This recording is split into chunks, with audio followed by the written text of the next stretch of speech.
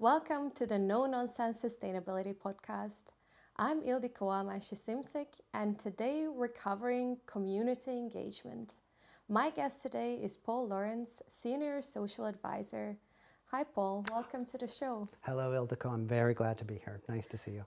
To kick things off, if people wanted to find out more about what you do in one simple sentence, what would you say? I would say I am a consultant in the field of social performance. And I would say that the one thing I would want them to know about that is that it's really simple. Basically, the interest I have in working in that field is to try to make things simpler in the world of the way that business interacts with people and communities and everybody who's affected by business. Well, you're in the perfect spot for that. Today we're discussing one of our joint pet peeves, the community engagement, and Indeed. Who's exactly the community? So let me start off by some quotes from sustainability reports. We strive to co-create holistic pathways for inclusive listening. Mm-hmm. Our priorities, approaches, and practices are aligned with the expectations of internal and external stakeholders. Not bad. I probably should just buzz myself already. Sure, but I don't think you can buzz a statement that comes from somebody else's sustainability report. But I see your point. They're not bad in principle.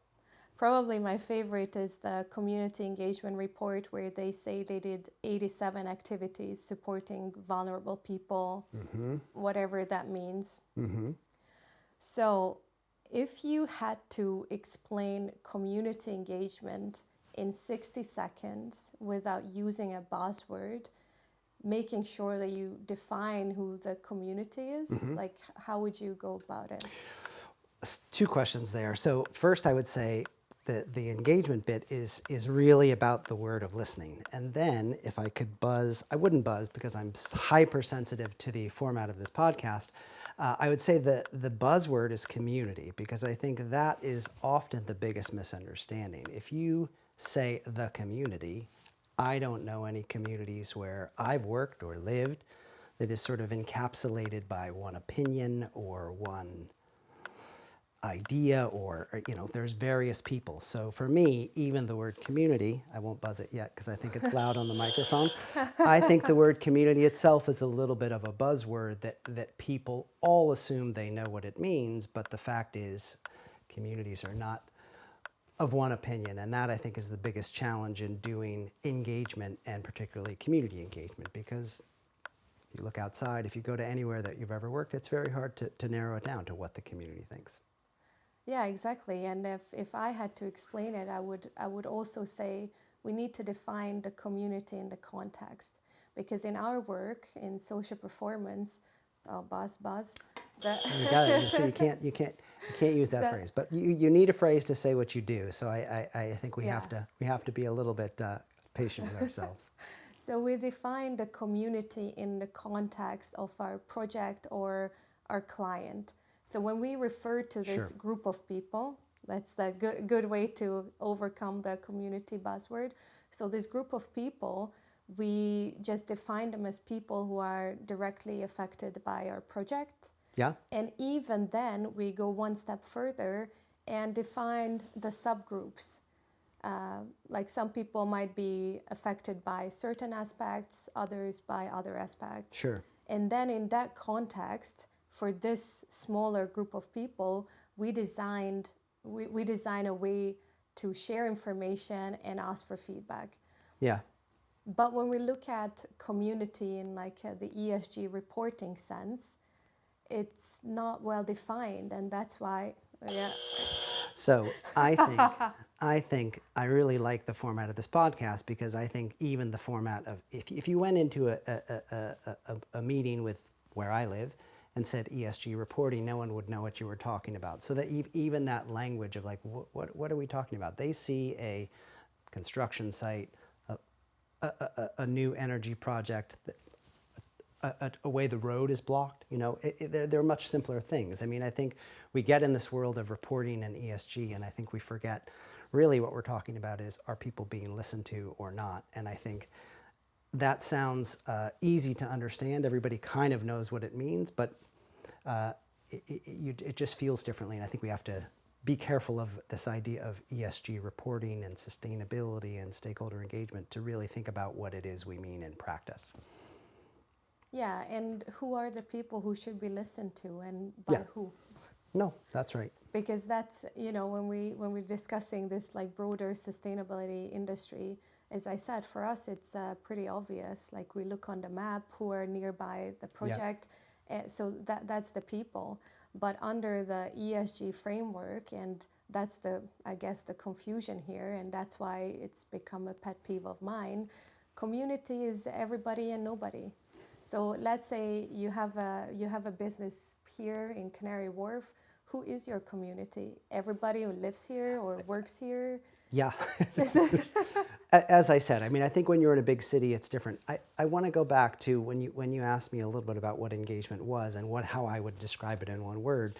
I say the word listening, and I think that one of the best metaphors I try to give to people is the way when you feel listened to, when you feel heard, is a scenario that I feel oftentimes, and I relate to sort of being on a plane, and I relate to engagement or listening being on a plane. I don't like flying myself, so I think about the way I personally feel when I come onto a plane, and if nobody gives you any information, you feel a little bit stressed. But when you have a pilot come on and he says, "This is my name, I'm here to protect your health and safety, this is when I'll talk to you throughout the flight, this is the weather," you're getting information. You're feeling like, somebody is here to listen to me.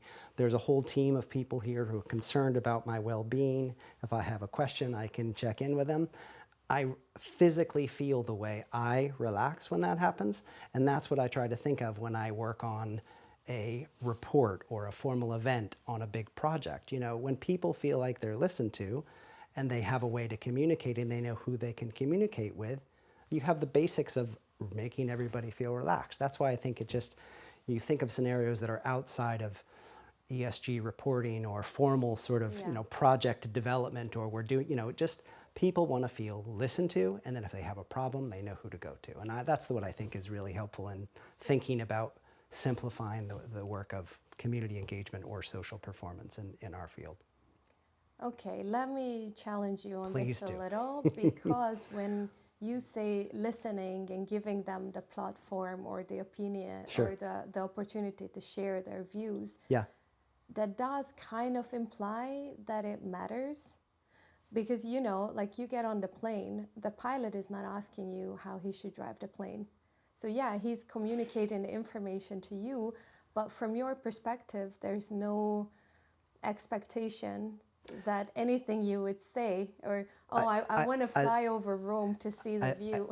I love that you've challenged me on this, because I've often used this metaphor and no one's challenged me back. This is great because I've never quite thought through it. This is a great example. The pilot would be like the CEO of a mining company or the CEO of a solar company or a big construction project. They're not going to be the ones talking, but even I'm never going to meet the pilot. So I'm not expecting to meet him, but what that CEO has done is he's told me the designated person who's in charge of my well-being, my safety and comfort during the flight, and I can see that person walking back and forth, and that person does want to hear from me. That's we use tools like a stakeholder engagement plan, and we nominate people called. Well, I said it's a tool. You can't. That is the document we use to have a company or a project describe what's going to happen. How is the company or project going to listen to people, whether that's a solar plant in Albania or whether it's a big construction project in Turkey, or something that you see. The thing I always like to think are the projects in my community, like the construction project across from my house. I hear that construction, I have to deal with their waste every day. Like, have the people running that project given me a plan or information over who's in charge? If I have a problem, who do I contact? That's the way I kind of see it. It's like that's what our stakeholder engagement plan is really trying to do, is to say, not I'm the CEO, I'm going to come to your house and I'm going to ask you what you think, but here's the person, this is the person's name, and you're making it clear for people. You're making it feel like if they do have a question, that you know how to ask it, and you're going to be listened to. And I think that's a fundamental building block of what we need to do when we do this work. The tool we use is called a stakeholder engagement plan. So that's why I use that term. But yeah. And then the other point about what is communicated and how often and how. Sure. And of course, I am aware. We designed these same plans. We're at the meetings where the emotions run high and the people share their fears or concerns. Sure. But it's for someone who doesn't operate within the framework of this like IFI standard. So I know Buzzwords, like because they're. Sorry, I buzzed you for the word IFI because I think a lot of times when I think about community engagement, nobody I know knows what an IFI, an international financial institution, is. When I think about this topic and the way it's applicable to my work in working with big projects for IFIs, or in that construction site across from my house, I'm thinking about the same principles. But please go on. Yeah, but so my point was that there you have a set of requirements on what to communicate. That's right. And how often, what's the level of depth for the project information or these operational impacts. And anyone who's lived in a big city, you had a neighbor constructing or mowing the lawn on Sunday, and they never asked you, they never even informed you. That's right. You didn't know when it will begin and how long it will last. And even if they were listening to your complaints, like not much really happened. Yeah. So I feel like this is the kind of example that demonstrates what community engagement in the ESG world is. Like I think that's right, and I think the short and unsatisfying answer is that it depends. And I think when I've tried to do this work before, you have to think a little bit about the context. The problem with a lot of the work that happens that I see, or that sometimes I've done myself, is you think that one size fits all. You're supposed to create something in the projects I work on called a stakeholder engagement plan. What do people do? They look for a stakeholder engagement plan online, they copy it. They don't think about the community, they don't think about their attitude, whether they're suspicious or trustworthy, or they trust the local company or the government. They're not thinking about that. They're like, oh, you need a plan? Let me give it to you.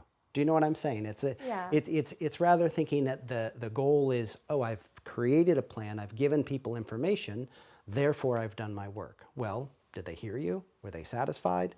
It's a little bit of sort of saying, what kind of information do people want? You almost have to sort of try it out and figure it out to answer that question you were just talking about. But then when you say, were they satisfied, that does mean or kind of imply that whatever you communicate and however you listen should keep them happy. And we had plenty of projects where there was no amount of stakeholder engagement that could keep the people happy. I think that that's right, but I think that when I think about the problematic places I've worked and the problematic projects I've had, the point is to be able to really understand, what people are saying. And I think the misunderstanding is you'll say, have you engaged? Have you communicated with people? And a CEO or a top manager or an engineer will say, yeah, we had a meeting. It was on this date. Here are the minutes. Here's the question. Here's my answer. And you look at that question and you look at that answer and you say, well, clearly you didn't answer the question, and their response indicates they didn't understand what you said. So maybe you need to go back and talk to them again.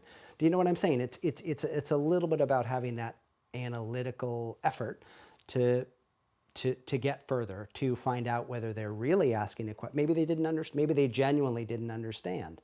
Maybe it wasn't recorded properly. So when you're reading the minutes of a certain meeting, you don't really know what happened. You know what I'm saying? It's about human communication. Sometimes you have to say, here's my answer. Did I answer your question? A simple thing you do in a good facilitated meeting, but pretty rarely happens in big formal meetings or difficult conversations. It's hard. And probably that's not, the big formal meeting is not the right format. Absolutely. Because if we're bringing it back to like our own personal experiences, Sure. not on the consultant side when you organize and you prepare, but on the other side when you're invited. I remember I was invited to discuss master plan in the area I lived in, and you know, I was part of the community, but I didn't necessarily feel like I'm part of the community. Yeah. A lot of people we talked to in the neighborhood were like, yeah, we're not going to show up. Our opinion doesn't matter anyway. They're going to do what they're going to do.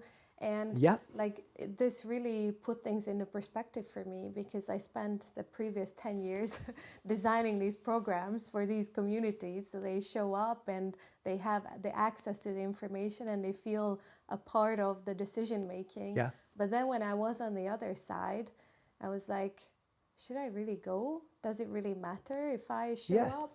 Yeah. And I know that you have your very personal experience going from practitioner to affected person. I have been a affected person a few times. I have to say it's interesting. And I threw out that example of the construction site across from my house because that was the third one, but the others were just being adjacent. They called them sort of neighbor households where, you know, there was a housing development.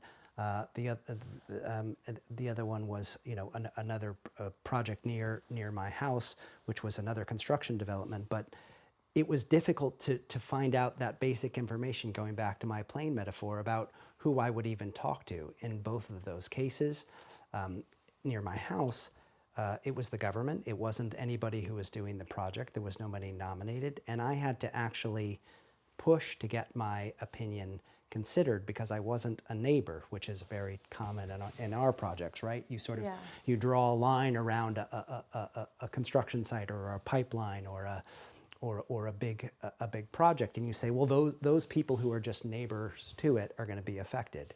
In my case, there was a real estate development that was going to affect traffic near my road, and you know, but I wasn't identified as a stakeholder, so I had to kind of push to find out who I could speak to in the government. And when I finally did, they weren't the decision makers. They were just sort of fill in the form, upload your information, and that was it. And I said, well, is anybody going to get back to me? And they're like, no, that's the planners in the local government who they're going to take into consideration your concern about the traffic near your house, and then there'll be a decision. I was shocked. I thought, I mean, I would get in big trouble if I did that on some of my projects. It was quite interesting to think about. Even, you know, even here in the UK, you know, there wasn't nearly the kind of thought that went into the process as I try to do in some of the projects that I do in countries around the world and some of the projects I work on. So it was eye-opening for me. But did it help that you knew what should happen? Could you like escalate? Because if it happens to someone who's never done this work, you might just be like, okay, I submit the form and then like that's it. I think I could have escalated, but I think that goes back to the issue of, you know, do you think it will be efficient? Is it really that important? And then I think the other question is, you know, if you don't really think you're talking to anybody, no one's listening to you, unless you're really affected or really going to be impacted, you know, you're not going to put in the time. So I think in that case, I was just trying to get some basic feedback. What they were asking me, which is something I try to avoid in my professional work, was whether I was for or against a project. And I said, I'm neither for nor against the project. I'll be for or against it depending on how well you manage the traffic and whether I have lots of lorries coming in front of my house again. Of course, that person didn't have that information and wasn't going to be able to tell me. Now, in this case, we never got to the point of escalation because the project didn't go forward, and it never came to that. You know, maybe I would have if it had gone forward, but it was interesting to be in the process and be speaking to a bureaucrat who didn't give me his name, who just said, this is what you have to do, tell me your opinion, yes or no. And the other thing that I found super interesting, I had to put my address, and I said, on the internet. And I said, I don't want, you know, with yes or no. And I said, I'm not telling you yes or no. I'm telling you that I'd like to get more information about how you're going to manage traffic that goes by my house. He said, no, that's not what we do. So it was interesting. I mean, it's a bad example, and unfortunately, as a project affected person, it never really developed because it didn't go forward. But it was eye opening to me as to sort of the way it was thought about here in a local municipality with just a relatively simple real estate development. And was there a community that formed to jointly voice your opinion? Because we have that on our projects. No, and I think in this case, in both of those cases, one was that I did do some of my research myself. The first one was I was worried about flood risk and how a new real estate development might stop runoff. So I asked one of my environmental friends who knew a little bit about hydrogeology whether it was a real risk. He told me it wasn't, but the point is that I wasn't included in that first community that was identified because I didn't live adjacent to the housing development. Yeah. And then the second thing was, I had to do my own research, taking the documents that I got to figure out whether it was a real problem, and I kind of figured it out myself. But so I didn't have to escalate in that situation. It's just interesting how for them too, it was almost a box ticking exercise where they were informing the minimum people that they thought they needed to do, and when somebody wanted to get more information, there wasn't really a means to do it. And I think about that all the time when I'm trying to advise clients who are doing really big mega projects abroad. So it's interesting to think about. It's really interesting to be in that situation. There was a road project near my grandmother's village a few years ago, and my cousin was the mayor of the village. So I had a conversation with him, like, what's the status update? And he said, they're just doing some assessments and cultural heritage and archaeology. And I knew exactly what's going on, and I was able to provide him with a sort of a timeline or when is a good time to share opinions, or... Did he know? Roughly, because you do have that 2 public hearings in the legislation, but then knowing that you can put in complaints or ask more questions, it's very valuable information. Yeah, it's interesting. I mean, I think we're talking about relatively low tension situations, right? I wasn't that worried about things. I think it gets different when similar to not adjacent to my house, but there's a lot of renewable energy development in this area of the UK. In that case, you've got big campaigns. I'm not a part of them, but I watch and get through my door flyers from the nuclear power company that say, these are all the great things we're doing. On the roadside, I see, we're doomed. There's going to be 1,200 lorries a day. You don't see them talking to each other. And I haven't quite put my toe into that water yet, but you need to have more formal, better systems, and I think more work that goes into it when you have increased tension or a real lack of trust. And most of my projects have that. And I think that's you asked me earlier about, what do you need to communicate and to whom? I think that's always contextual. And I think that is always based on, how distrustful are people, how big are the impacts, and, how angry and distrustful are they? And I think the greater it is, the more people you need involved, the more methods you need, the more types of communication platforms you need. You can't just put documents out there or through people's door and think that that's going to satisfy people who are putting up banners and road signs every few feet to say, we don't want this project. So.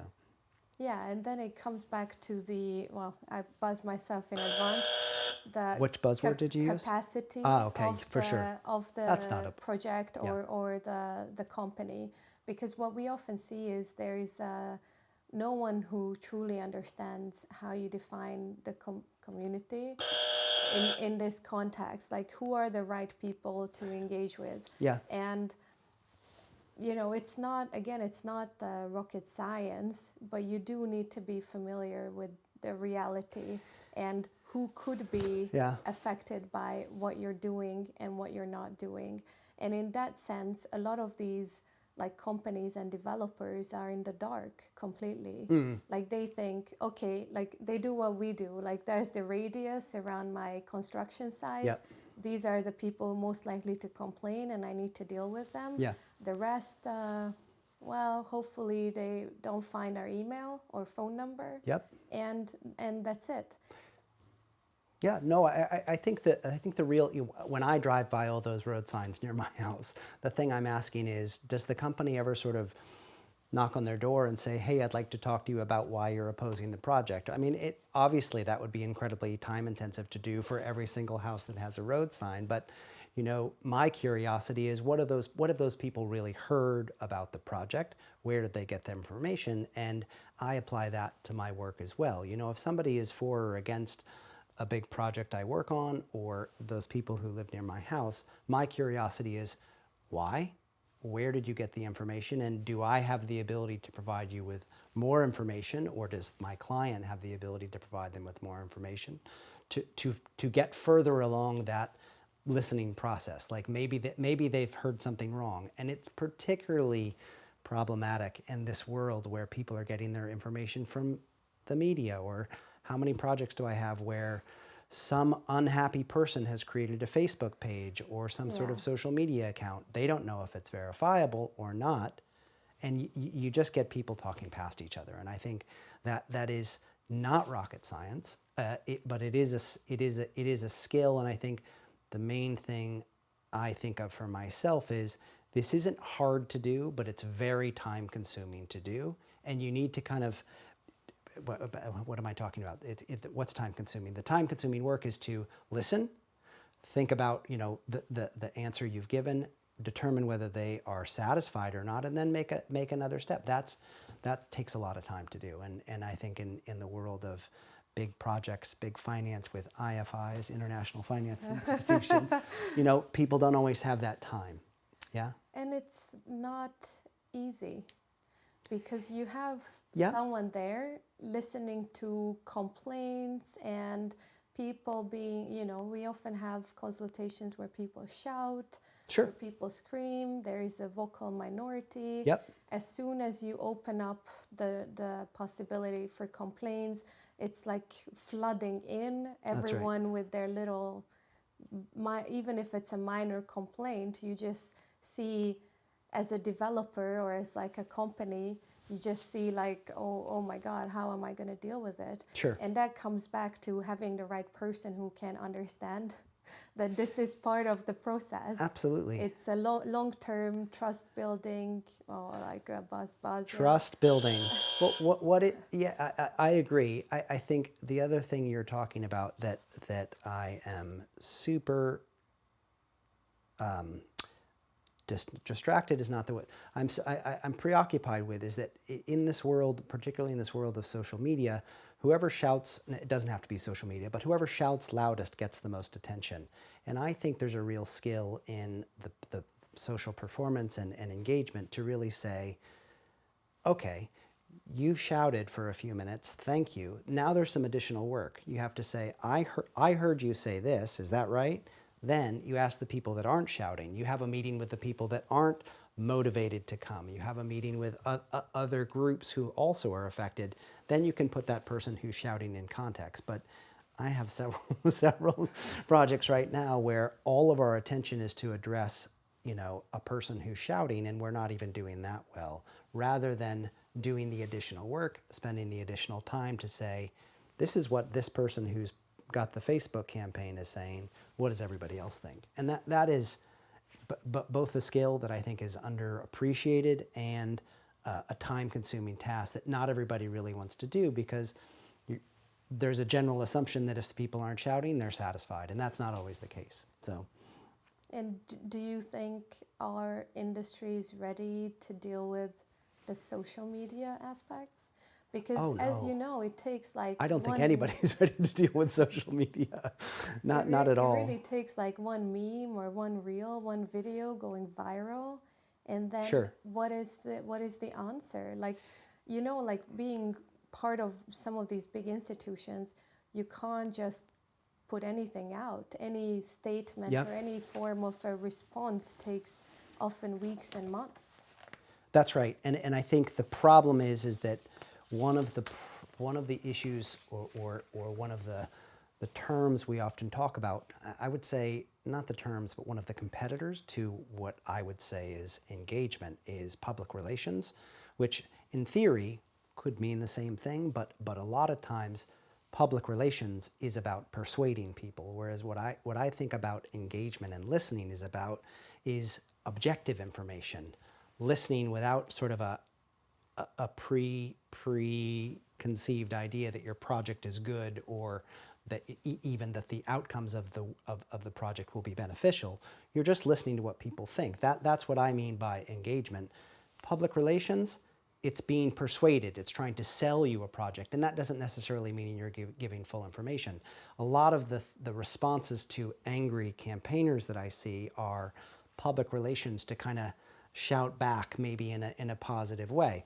Maybe I think it works. I don't necessarily want to discount that approach, but I think in really serious issues where lives are on the line and money is on the line, I think that kind of approach just makes the trust level go down. Oh, you're a politically motivated campaigner. Oh, you're just a company only interested in selling me your project. You've hired a big PR company.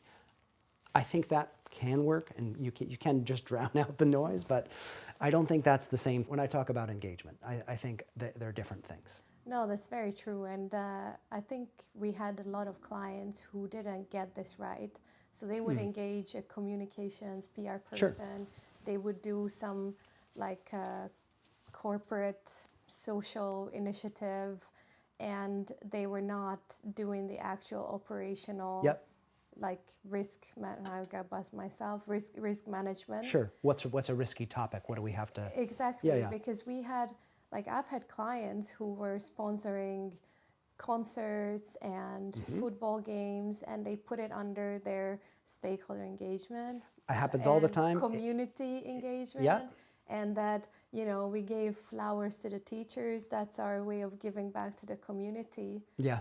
But how does that give back? And to, like, it still doesn't answer the question, who is the community? Yeah.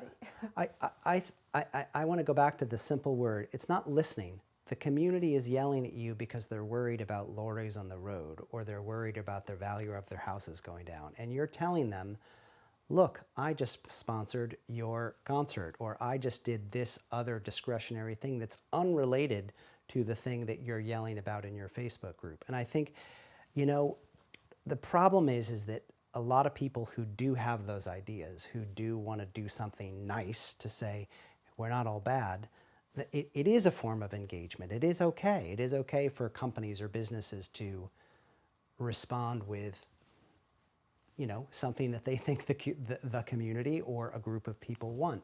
But you also need to be listening for what they're really talking about. If they're talking about lorries on the road and you're talking about scholarships or education or other things that you funded, you're not addressing the thing that those people are talking about. And that, again, I think it goes back to a fundamental skill of listening and responding to what people are saying. Sometimes the people that are complaining may be making unrealistic claims. Maybe they want a bucolic life and never have industry, or never have. Sometimes they're unrealistic, but you still have to listen to them and then be able to sort of understand what they really want and respond to the thing that they're saying. And that's a really critical skill in engagement. And then sticking to the topic of doing something good through, I'm not going to say that, corporate responsibility initiatives. I'll let it slide, but I'm not happy with that. Like doing something good that's not related to their operations. How do they reconcile that with the community? Like, how could they justify selecting certain initiatives as being a representative of their communities? Let's say they put up sponsor kids sports day, the concert in the park, the scholarship. I think I've let you slide on corporate responsibility. You didn't say corporate social responsibility, but I think if switch the words around a little bit. A responsible corporation is going to not just think about kids or social things. They're going to think about environment, noise, air, health and safety. They're going to think about all those things. But unfortunately, do they? They don't, and unfortunately, that term and that field has been kind of seen as a discretionary, an add-on, as opposed to what it really should mean, which is if you're being a responsible corporation, you are accounting for environmental elements, road traffic elements, health and safety elements, and you are reporting on that, not just talking about, well, here's our CSR we have I just read this yesterday. We have a CSR program. We're sponsoring schools. We renovated the kindergarten. Okay, cool. But what are you doing for the air? What are you doing about the trucks? It's almost we know that we intuitively know that we've had experience, but it's still to this day it kind of lingers on as oh well, it's just that's an additional thing. You asked if it represents the full community. Probably not. Not if you're also having massive impacts from trucks or health and safety considerations, or you're changing the landscape. You have to address those things as well as part of corporate responsibility. But aren't some of these impacts regulated by local legislation? I know the answer. No. But like for a company, let's say noise, it's a construction, it is noisy, there will be dust, there will be trucks, they're following the legislation. Is it not enough? The short answer is no. I mean, and again, sometimes what's legal is also unpleasant. I mean, that's what you that's a good one. that's what you learn about. I mean, in all of this, just because it's legal doesn't mean it's okay. And that again is a gray area of what I think engagement is about. It doesn't. How many times have we read this tool we use, the Stakeholder Engagement Plan, where it's like these are all the laws. It's like, I don't really care I'm kind of more interested in what that means you're going to do because of the law. Like, yes, you may be allowed to put sewage in the river, but that doesn't necessarily mean people are going to be happy. And people know that. People are not stupid. So sometimes things, you can't get away with just being, following the law, I think. And you need to listen to people even if you are. So. Yeah, we did talk about that communities in our work, we have subgroups of them depending on their proximity to the project or the impacts that they will face during the construction or operation. How would an ESG-minded company, I don't know, it's lack of a better word. You can't use that as an adjective. An ESG, because what do you mean by ESG-minded? For them, a company that who just wants the nice report, just wants the photos of the kids playing football in the sun. Is that what ESG-minded means? I mean, to me, kind of, because in the ESG frameworks, the communities are not very well defined. Like, they're not put in the context of, are these the people your company's operations are affecting? Are these random people around your company headquarters? Like, who are these people? So for somebody who's working with those like themes or those ideas, how would they go about defining them, and then what is it that they should share? Because let me give you an example. So if you want to score on your ESG framework, matrix, whatever, buzz, on the community aspects, you need to demonstrate that you're doing anything. And that could be the sports day, that could be the scholarship, that could be anything. But that's not, that's so far from the trucks bothering this village and them coming to talk to you. Yeah, I think you're touching on an issue that, and again, I'm not an expert on ESG reporting, nor would I pretend to be, but I think what I hear you saying is people are motivated from getting almost a certification or a score or something to tick a box. That isn't the way I approach the topic. It's not, you're not doing it to have the report. You're not doing it to say, I've got the stakeholder engagement plan. The real value, it gets into some of the elements of engagement, which are, you're not going to benefit from having no, we don't give you points for having no complaints. Exactly. Do you know what I'm saying? If anything, that looks bad. That's the exactly right, and that's work. that's a difficult thing to process, I think, in the world of metric reporting, because sometimes the phrase that I love. It's about being procedurally transparent or procedurally fair. So you can demonstrate that, procedurally fair. What does that mean? How do you do that? How do you do that? It's by making sure that people feel like there's a process, that there's a process that works, that there is, remedy if they don't like the process, and that they understand what's going to happen. They understand, when the work is going to happen, who they can communicate with, what happens if they do raise a question. What happens if they raise a formal complaint? In other words, you know what's gonna happen. Going back to my plane metaphor, or any place where information helps. Does it happen? No, but I think for me the metric on whether you're doing good engagement or not is whether people know how it works. You could sample a group of people and say, do you know what's going to happen? Do you know who to contact if you have a question?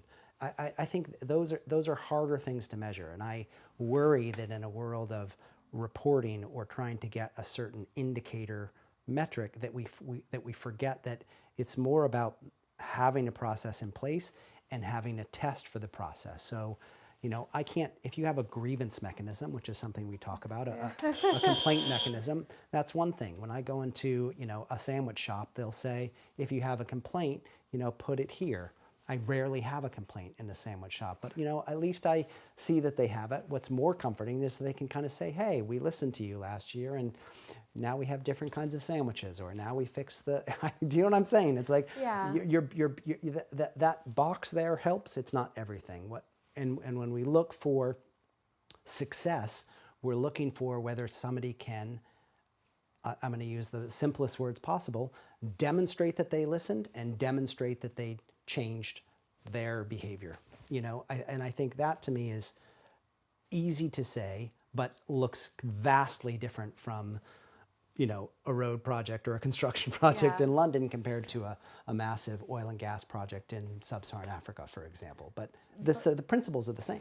But then you said when you were the affected person, they told you there is a form and there is a mechanism, Sure. and you still had a lack of trust. Oh, but the procedure didn't work. The procedure was formulaic and only to. But how do you know that? I mean, how do I know it? How is that different from us turning up on a site with our complaints forms, placing it there, and you guys should fill it out. We have this box, you put it there. Every now and then someone picks it up, and then we'll get back to you at some point. The question I often ask people who, or sometimes I've done the work myself, are, you almost have to kind of grab the complaints and grab the grievances yourself, because people don't do it in the format that we want. They won't write it on a piece of paper and slip it in a box.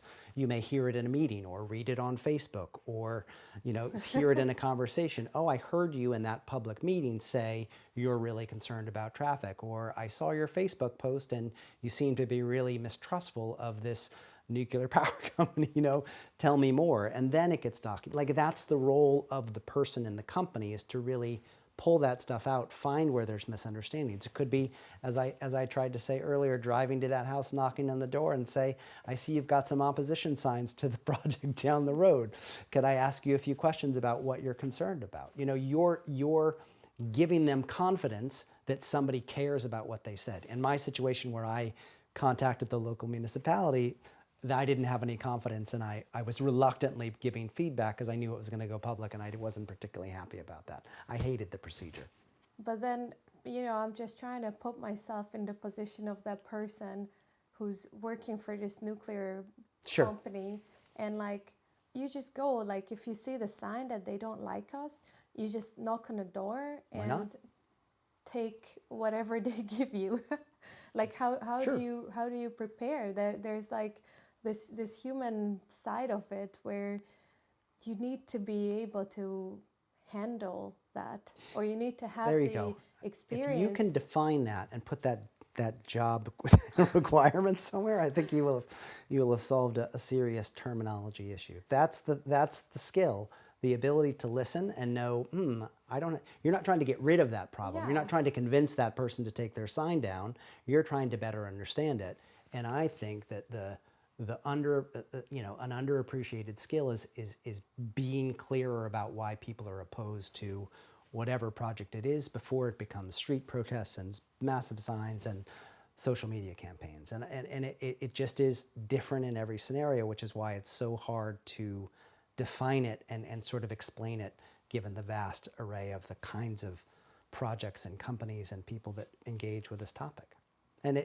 Yeah, sorry, I'll stop there. No, and then, it leaves us with the question still remaining. Who is the community? Who's the community? How is there a good way to help like people who are lost in this to kind of define, or some way to put it into a context that works for them? I don't love the term the community. I use the adjective community engagement because for me a community isn't necessarily something that has to be defined per se.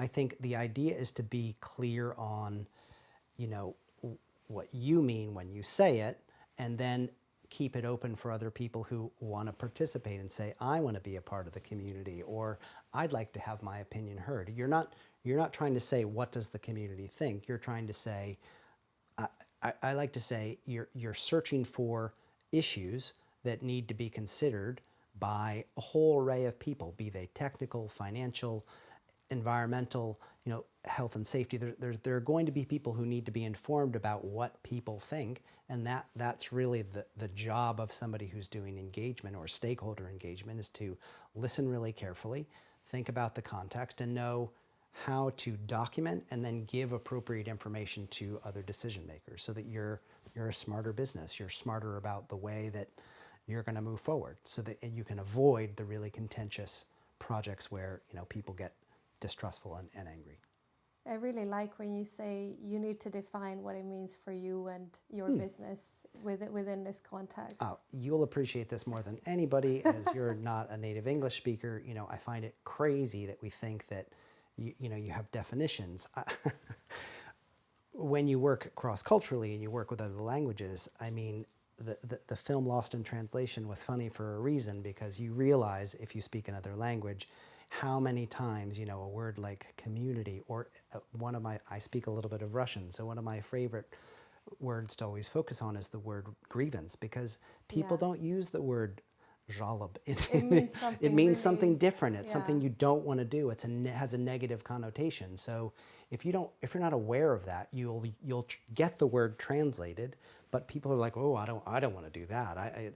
And for me as an English speaker, the word issue is more neutral and objective. But if you translate that directly into Russian, people are like, that doesn't make any sense. Do you see what I'm saying? It's like, I'm never really strict about definitions. It's almost like the point of your podcast here is like being clear about what words mean. And I think when we get lazy and think, oh, that person understands my words in the same way that I'm using them, you're not really listening really well. So you kind of have to check in periodically to say back to somebody, oh, this is how I understood your complaint or your issue. Do you see what I'm saying? And that's also another skill that I think is hard to define and underappreciated.